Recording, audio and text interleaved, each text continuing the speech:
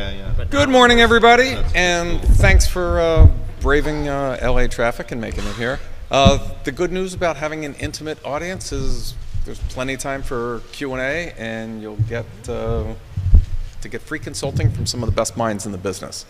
Before we start with the introductions, I just want to set a tone for what's different about this year around. We're old in many ways. But it was interesting that in my vantage point, and I worked with a lot of companies this year on the space, that the year started with, like a rocket. Like AR and VR were racing for who could get the most money and who could do the biggest thing. And then we come to this past week where Jaunt, which raised $100 million that they blew through. George K. stepped aside. Disney's writing it off, and they're now going to reposition with help from Sears. So with that perspective, not only what do you do, and in the short, it's not your whole life story intro, but where do you see this past year, and then we'll get into the future in the panel. We'll start. Yeah, thank you. Hello, everyone.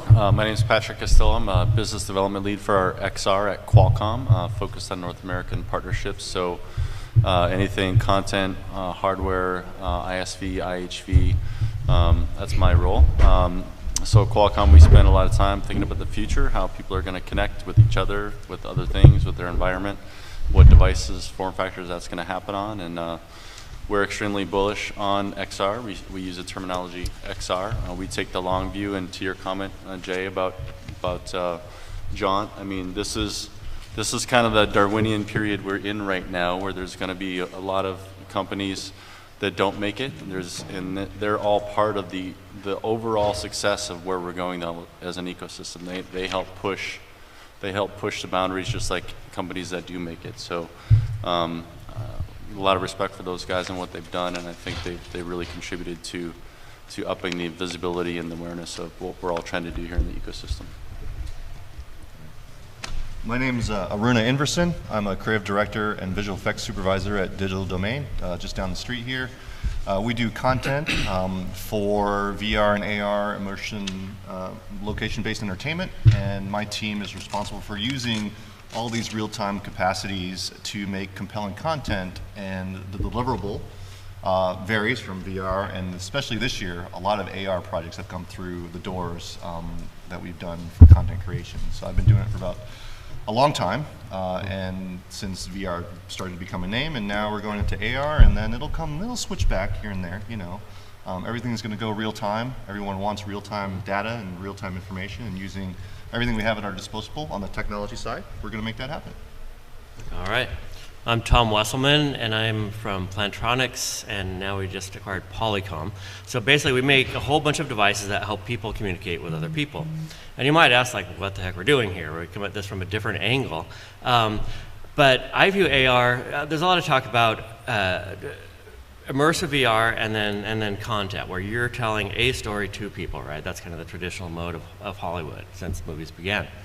We're more about enabling and building a platform for people to communicate with other people effectively through what we call superpowers. So even communicating at a distance is in a way a new superpower, but how could you communicate with the world around you and have it talk back and communicate not just with people anymore, and put on your headset and say where's Bill, or where's my next conference, or be told that this is starting 15 minutes earlier and be able to show up on time. So anyway, basically kind of like micro augmentation rather than really immersive augmentation. Okay, hi. I'm Philip Lelyveld. I run the Immersive Media Initiative at the USC Entertainment Technology Center.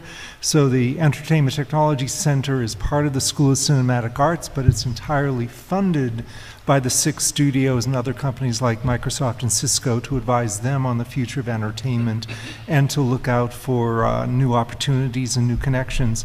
The project I'm working on is actually at the center, we're merging the immersive media activities with artificial intelligence and next generation workflow, and we're exploring and hoping to prototype an idea of persistent free range entertainment using smart city data. So we're looking 3 to 5 years out. The other thing I'm working on is the whole ethics side of this, which seems to be becoming hot again. We might talk about that a little later. I'm Barry Sandrew. Been in the industry for a couple of decades and invented colorization black and white movies and a process for 2D to 3D conversion of feature films. And I've been an advocate for augmented reality for the past 4 years as a preferred medium over virtual reality for storytelling. And I'm an avid poster on LinkedIn about that. Right now I'm CEO of a company called Social Recall, and what we do is we use advanced facial recognition to create a contact database for people with prosopagnosia, face blindness, but also for events, any event. So if you remember Cheers, the old 80s sitcom, where Wouldn't You Rather Be Where Everybody Knows Your Name? Well, with this particular app, you will know everyone, and it breaks down all the mores and protocols for social interaction. Very cool. Well, we hit on one of the interesting things from this year. One of the challenges in the AR space has been, what is the user interface? And people have struggled with all kinds of stuff. In VR even more so. Do we pinch? Do we flap our wings? Do we tap our foot like a horse? And audio this year, I think, gets the gold star from the teacher for jumping out as an amazing new way that we interface. 25% of US homes now have a smart speaker. Let that sink in for a second. A couple years ago, that was a category that not only didn't exist, you didn't have any demand for it, and somebody had to explain for you, why would you want this thing in your home? And they're spying on you when we get to the ethicist of the panel. So my question to the panel is, what are your thoughts on audio, and what's something that surprised you that somebody other than yourself or your company did with audio? I'm glad you mentioned that, because Bose came out with a concept smart glasses.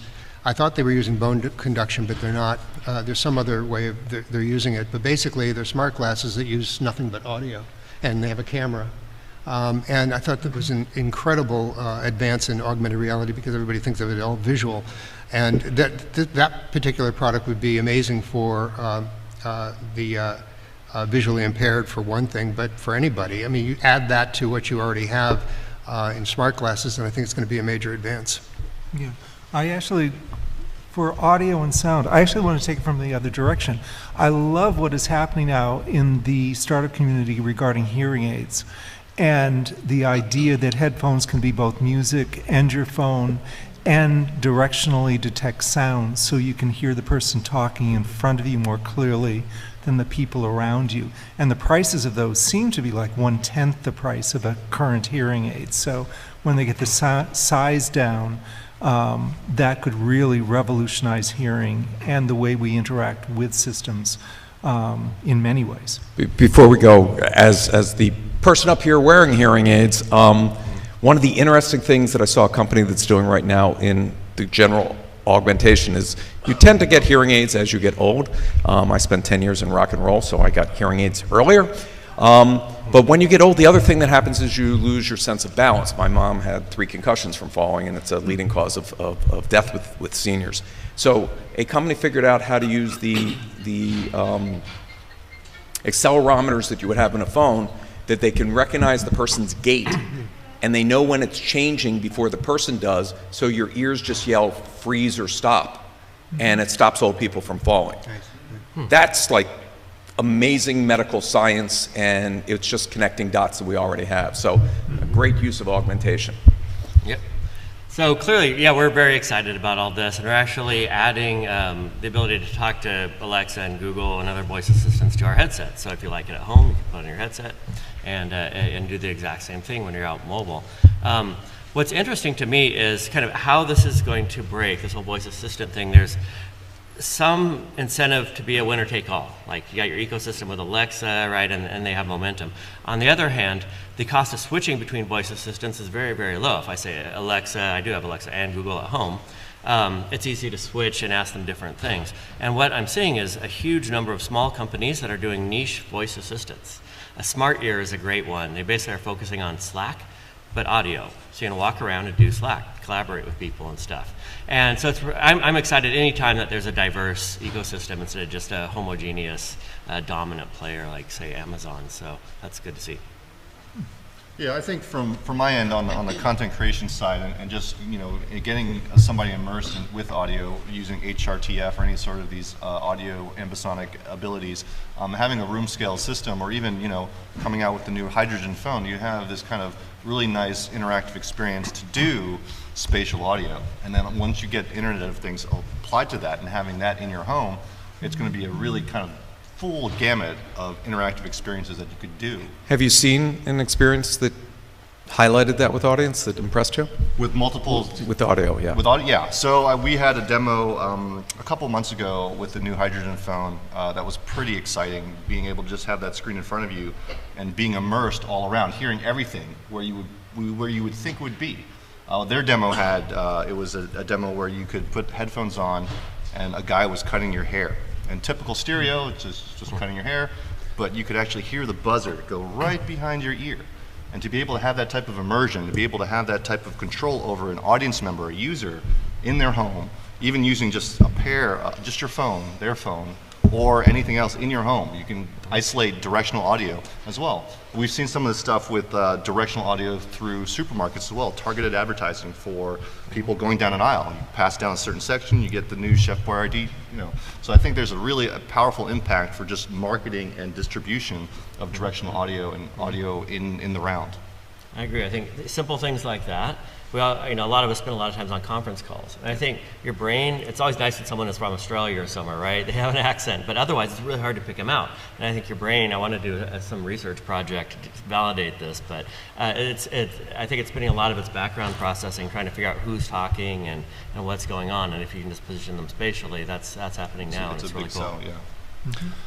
Yeah, I tend to think of it a little bit longer term. There's a lot of great stuff happening in audio. Obviously, voice and audio are going to be really important input mechanisms to sort of that device, converged device of the future. I think we got to be careful not to be overly reliant on any one input mechanism. If you just take a second throughout the course of your day and really think about how much you do on this device, very adeptly, very quickly, with a flick of the thumb, app switching, text. 5 hours a day. Yeah, 5 hours a day. Go from, in a matter of seconds, from a browser to Pandora to email to text to Uber to watching YouTube, with a very limited amount of energy expended when you do that. So fast forward to that paradigm of a wearable device, sleek device. It's going to have to be better than that. And voice is going to be a huge part of it. And gestures is going to be a huge part of it, but it's going to also have to rely on probably AI-powered UI. I think is probably, in my mind, the biggest challenge and opportunity of that future device is how do we solve for the input mechanism and how do we make it a very efficient, smart way where the device is almost reading my mind based on biometrics, environmental sensors, what I've done in the past, to know what I'm going to do next and almost do it for me before Phil? I do it. Yeah, and I just want to go back, build on that point, and go back to the original question, which is user interface and user experience. And I used to say I like the idea of voice control, but I don't want to be in a plane with a whole bunch of people mumbling around me. So it's going to be the appropriate user interface, but also we need to, at some point, when this stuff stabilizes, look at things like WebXR and get it into the browser so that we have common APIs and the user interface can be standardized so it can roll out and become a larger market. Excellent. Enough of the past. Everybody comes to these conferences for what's next and what's happening. And what I think is really interesting, and we've touched on it lightly, but I know we all have very strong feelings about this, but to different degrees of different things. What I refer to as the exponential technologies that are all rolling out. 5G, 3D printing on manufacturing. Even you get into using the blockchain as a new way of tying things together. AI being the mothership of all the big changes. Those will empower AR, there's no doubt. What do you think will be a big step in 2019? You know, let's start with reality and then you can go to science fiction. I'll work reverse order. I'll stick to one topic then. There's plenty to talk about. I'll stick to 5G since that's Qualcomm's bread and butter. I think 5G is going to be probably, in my opinion, maybe the most important enabling ingredient for enabling AR. If you think about, you know, how constrained you might be on an all-in-one device from a power perspective, from a thermal profile perspective, you're going to need high-speed connectivity on that device. 5G offers, you know, multi-gigabit speeds, throughput speeds with very low latency. AR is extremely latency sensitive. And it's going to allow us then to offload a lot of that compute and GPU rendering off to what may be cloud compute, but also mobile edge compute. So I think I see the operators being very important in this equation. And the goal is really boundless XR. So there is no evolutionary path for cables in the future. Cables are a dead end. You want to go anywhere, anytime, and have a very robust photorealistic experience augmented with AR using that connectivity backhaul. So to me, I think 5G is just, it's an absolutely imperative ingredient to where we're going. Before I let you off the hook, you and your company, probably more than anybody on the panel, knows the constraints that it's not just 5G. How close are we with edge computing to be able to go from that cloud to a device that can handle a lot of the... From what we're seeing, I mean, we're seeing 5G at least, early rollouts first half of next year, 19. First devices will come early 19. Of course, 5G coverage will be limited to certain cities and metropolitan areas. The operators then are starting to build out their mobile edge compute architectures, and it'll be like on-prem deployments for networks. So think about, just as an example, the one I like to use is, imagine lighting up an esports venue with 5G and mobile edge compute architecture, where you have the esports teams with the very sleek devices, not tethered to a computer anymore. That venue is lit up with 5G mobile edge compute. You're offloading all that rendering. And now these are, I know they're considered athletes today, but I think once you add the physical element to what they're doing, and they're jumping and running and ducking and dodging and completely free to roam in that space, I feel like that adds a level of excitement. That's just one example. I would just add on that before we move on.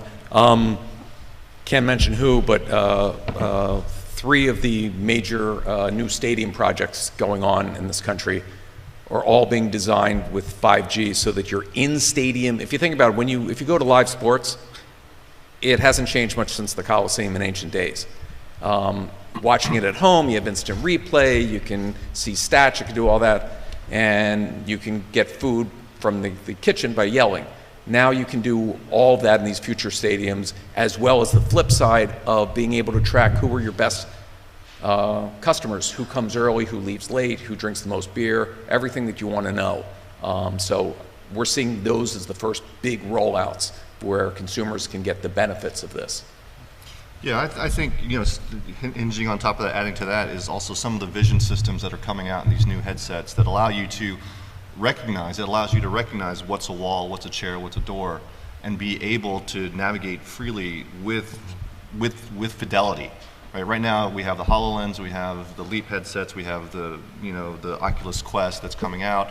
All of these track your room in the sense, and that's one of the vital increases in augmenting your world, is being able to know where things are so you don't run into it in VR and AR. Being able to navigate those spaces. And I think that's all hinging on these new processes that are coming out in the coming years, especially for next year as we see the Oculus Quest come out and seeing how people engage with that without seeing their environment but knowing where everything is. You know, that's a really big thing. And then you toss on 5G and you're like, now you can walk through that stadium in a virtual area or in an augmented area. getting bombarded with different types of content that you had no room in the physical world. So I think that's really exciting to be able to get those hardware systems there where it can just track your world seamlessly. So one of the things we're thinking about coming up is, well, the systems like Amazon and Siri and stuff today are very user initiative, and even VR, AR, right? You put on the goggles, you take an experience. How do we get the world and allow the world to communicate with us in a way that doesn't lead to some like Minority Report dystopian barrage of information? So filter out, tell me what's important, like your parking's about to expire or you're late to your session or whatever, in a way that's unobtrusive. And right now it's fairly poor. For your phone on Do Not Disturb, it can vibrate a little bit, maybe your watch can vibrate, but there aren't many options. I think audio is a nice low-key way to do that. Visual alerts if you're wearing glasses, of course, but something, again, not immersive, but that's integrated with your world to fit in and match your agenda for the day. Okay, so I too want to say 5G and throw in the next generation of AI chips, like the NVIDIA chips, because think about experiences rather than the technology. 5G and AI chips enable AIs to respond below the level of detection so they can start to feel more human. So it's not going to be widely deployed. It's the future is here, it's just not evenly distributed. But you're going to see fairly soon AIs that, at least to a low level, start to feel human because they're responding at a human pace. Well, I think 5G is going to be effective in adding AR in esports significantly. I think it's going to be more of a social experience than esports is currently, because everybody's going to be in the reality. Possibly with glasses or possibly with just transparent LEDs looking at the action on stage. But I think that's going to be a very, very exciting advance in esports.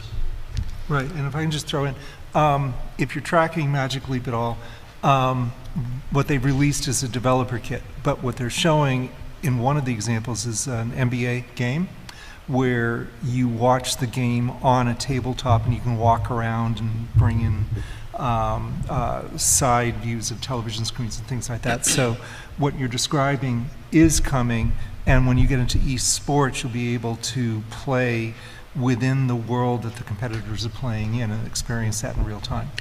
I would just love it if, since it's not my area of expertise, I know you work a lot on blockchain, I'd love it if you could comment on how blockchain is going to be sort of involved in this area. Yeah. Me? Oh, sorry, I thought Anybody? you were... Well, I can. Whoever. Whoever. No, it's just that Sony already has a blockchain test out there for Sony educational products where they're distributing using the blockchain as a way of basically tracking its usage and its editing. Jay and I have a friend, Seth Shapiro, who has a company, Alpha Networks, that is all about revolutionizing content creation, utilizing the blockchain for tracking and for monetization using tokens or coins. And there's a lot happening in the space. And the bigger issue is after 40 years of content should be free, we might have a technology that could rebalance the equation between the creating community and the experiencing community.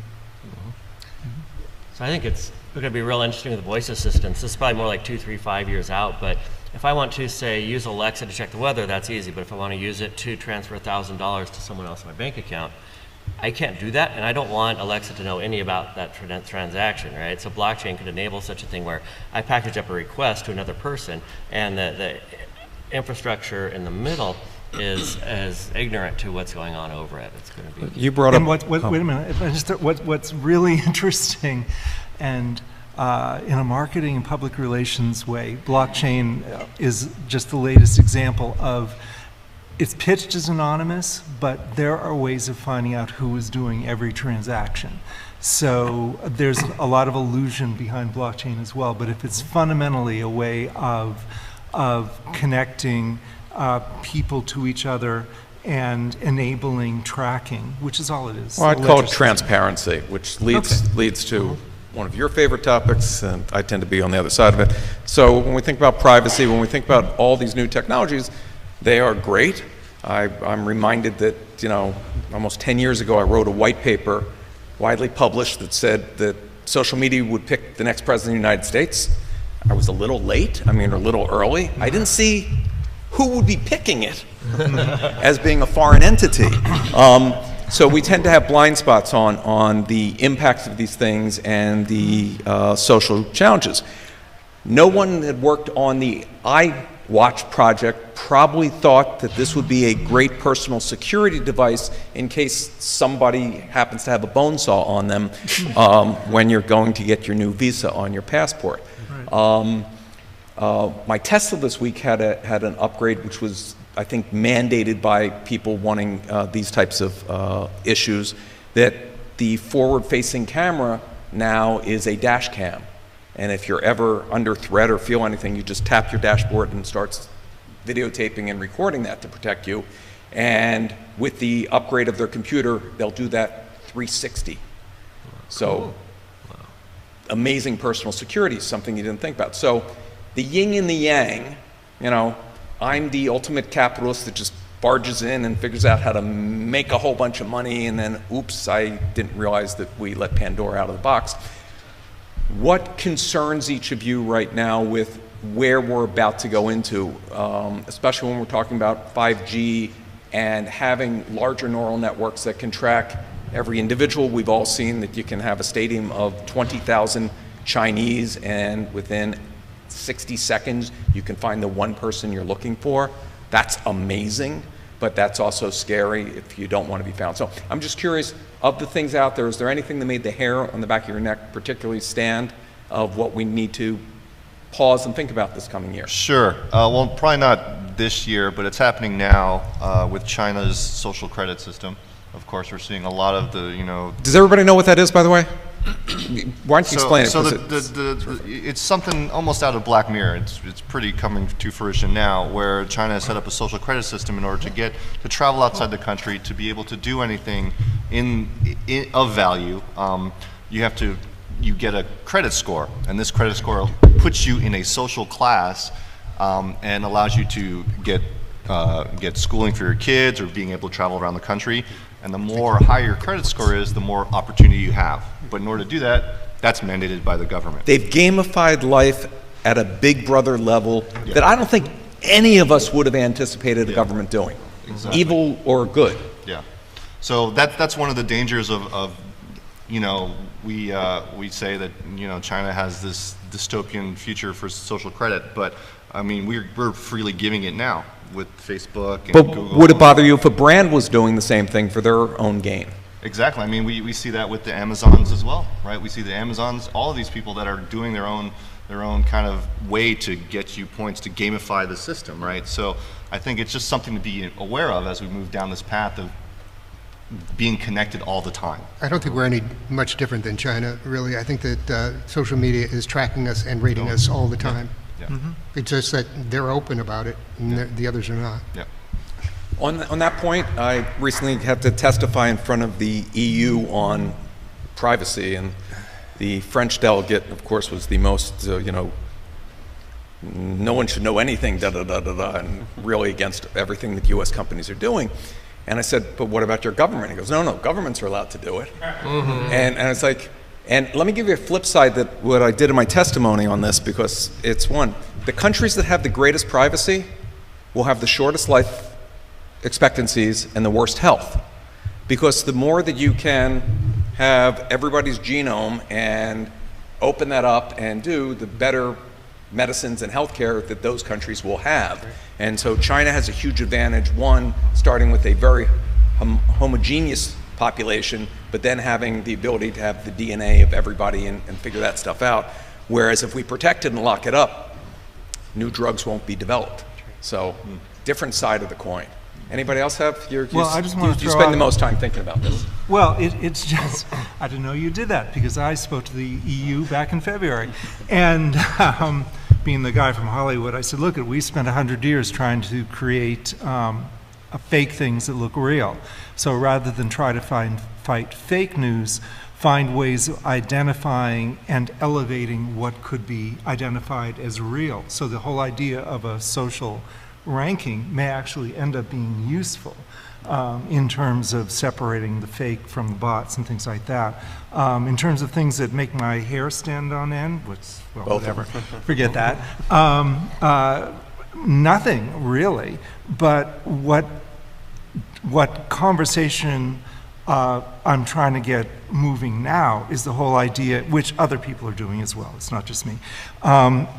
We used to say technology is morally neutral, but when you think about it, deployed technology is anything but morally neutral, because a developer has chosen what features it will have and what behavior it will encourage and discourage. So as we go forward, just on a global, broad thinking level, we just need to bring in the discussion of social ramifications into the development and deployment process. So on that point, there's been a lot of cases of it, a lot of articles on it. Racism and AI. Pretty much every major AI system, you know, you put shit in, you get shit out, has been shut off because it becomes either racist or sexist. And you say, well, those are limited cases, but AI is now deciding your life insurance rate, your auto insurance rate, your mortgage rate, your credit score, and whether they took present data that became that way because of a racist past of a nation or a sexist past of a nation. One of the largest companies in the world that we work with deployed AI for hiring. And it was very good at finding engineers. And what they then looked at from a human perspective is AI figured out never to hire a woman. Not because women weren't good engineers, but when they looked at the data set of who stayed with the company the longest, they were sexist back then and didn't hire women, so the stats told them the men stayed there longer. So that's just a very basic of how this goes wrong. So what I bring to Augmented, which is what we're here, is very soon we will not have a reality. Everything will come to us as opposed to search. We'll always be, you know, I would say we're there now. If we spend 5 hours of our waking hours at this screen, that is not the real world, and so many people don't know it. What are the concerns of this, and how can we prepare ourselves? I mean, one of my things is never more has a brand needed to earn someone's trust to be the lens through which you see your life. And I think we're now seeing that some of those relationships are being abused. Oh, I was just going to say that it's really kind of market dependent, right? So if you look at the entertainment industry, digital Hollywood segment, right? You can say it's very, very cool that we can no longer distinguish from a video or image standpoint about what's real or what's not real, because we want our brains to be fooled into thinking that it's real.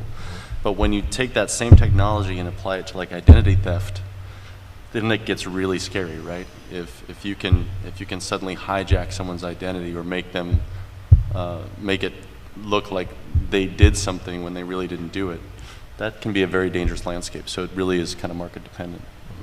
I think to some extent we're part of the need is to keep your personal information private, right? But there's lots of reasons for sharing your information to get content that's tailored to you or whatever.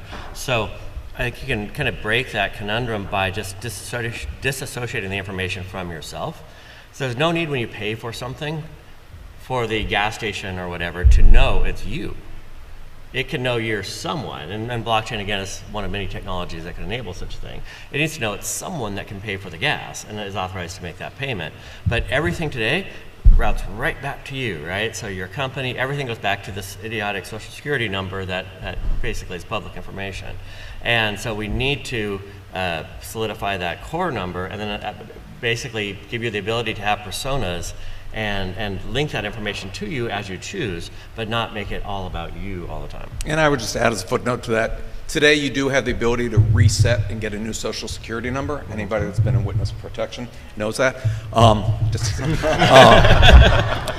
But as more of this stuff gets locked to biometrics, There's no reset. There's no European rule of I can erase this from my permanent file. I mean, when your second grade teacher said this is going on your permanent record, she was really a futurist. So with that, let's open up to intelligent, thought-provoking, tough questions for them. Yeah. Someone? Yes, yell it loud. It sounds like a lot of the work and the thinking you guys are doing around AR is real life, just day-to-day solutions. It seems like AR has gotten a lot of press for gaming and fun and like younger-oriented stuff. Are you seeing the trend more towards the everyday stuff, or is it still hot? Kids and game market? Let me just start with the macro on it, because we work with hundreds of companies on this year. Follow the money. So in the beginning, with any new technology, somebody's going to showcase it by donating as a tax write-off, like Google did with the VR version of Hamilton to a museum in Chicago. So you'll see lots of museums, lots of art, surf, da-da-da. Gaming already had a built-in base, but you're seeing more and more companies using this for training, for onboarding, the military for training during downtimes. I mean, inventory, warehouse management, supply chain. We have a company that makes large earth movers and cranes and shovels and everything, and they don't know where they are. Now, augmenting the whole factory solves that. Yeah, well, Qualcomm just sold Vuforia to a company, PTC, that's using augmented reality for enterprise, and they're very successful at it. I think enterprise is a solid direction for AR going forward, and I think people are making money at it. What was I going to say? I'll leave it there. Well, no, just to reinforce that, industry has the money and they're willing to spend it if it increases ROI. Yeah. So Yeah. you can, they will buy very expensive headsets if it shows a return. For example, Korean Air gives it to all the people who are out on moving your suitcases from the terminal to the plane. By using AR and QR codes, they're able to reduce the transport time by 15%. And So it injury pays for time. itself. 40% of a UPS driver's time is spent in the back of his truck looking for something that he put in there in the morning. 40% of their day. So AR will be solving that. The least expensive piece of equipment in an OR today is an AR headset for surgeries that use that. My favorite example is one of the car makers that I work with still designs every car in clay. They don't use CAD, okay? And when you then shave off the thing, you can't reset and undo or any of that. So now enhancing clay, AR clay, is now a new category where you can see what was and different takes that people did as you're working with an object.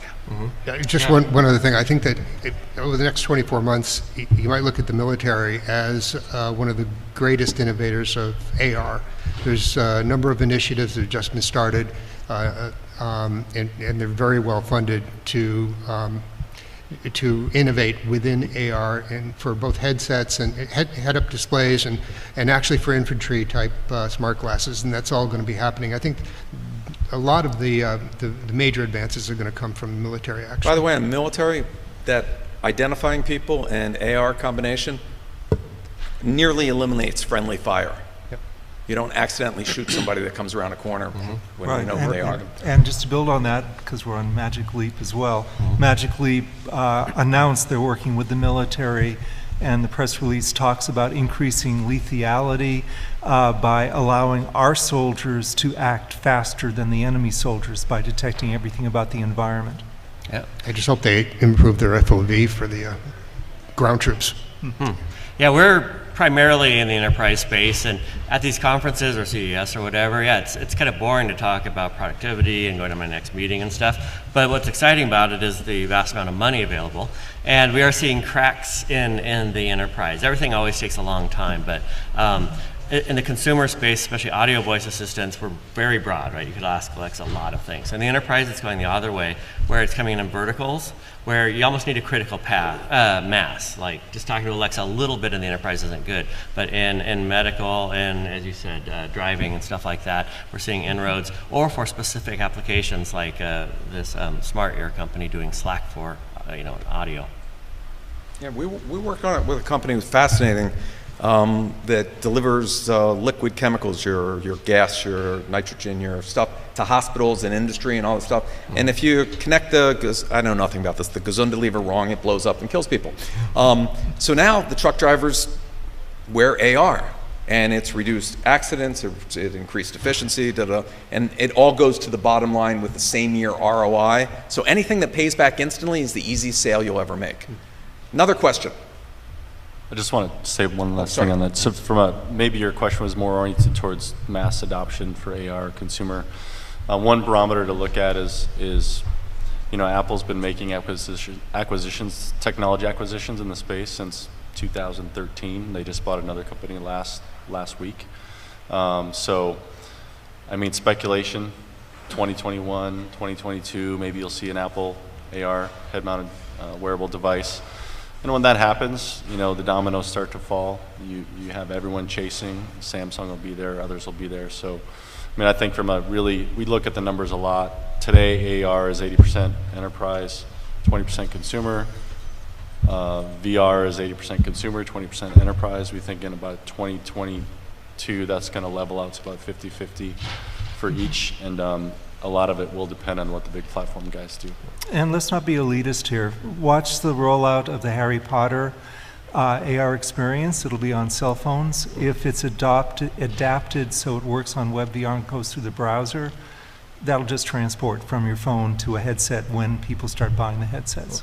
And if you want to know how close science fiction is, I can't say which client, but I recently got to spend time with the contact lens team at a client that has a functional AR contact lens. I kid you not. It's called witchcraft, is what I call it. But so these things are happening. What's interesting about that is optics don't advance in the way of Moore's law. Grinding a piece of thing is whatever it is. It's everything that you can now miniaturize and connect with it. Phenomenal. Last question, and I think we're out of time. Yes, sir. Best guess for when web delivery day Web what? For what delivery day? WebXR. Oh. When? When will WebVR or XR get out? Oh, as opposed to apps, downloading apps. Yeah.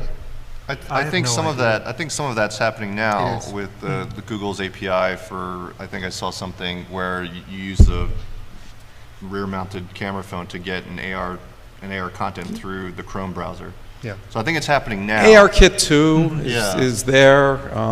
So yeah. I think it's going to be very. It's in the hands of developers now, Yeah. and you're also going to see a number of the biggest guys that make phones have adding many more cameras to the phone. So you'll see some phones with a ridiculous number of cameras coming out this year. But if you look at the companies that are involved in WebXR, it's got pretty much all the major players. So when they decide, it'll be out, and it's trickling out, right? Yeah. And Chrome and Mozilla have compliant browsers today. Yeah. So And to answer the question that people didn't ask, when do we think that low-cost headsets are coming? Here's how I frame it. This year, Americans bought 80 million pairs of glasses that cost more than $100 that came with one app, Focus. They bought 30 million pairs of glasses that came with a second app called Sun. So the idea that people will spend $100 to $500 on glasses that do very few functionalities, we've now have miniaturized that you'll see a number of one-off limited AR glasses, better than a Snap, but practical usage before we get to the all-encompassing magic world. Thank you, and we'll hang around for questions.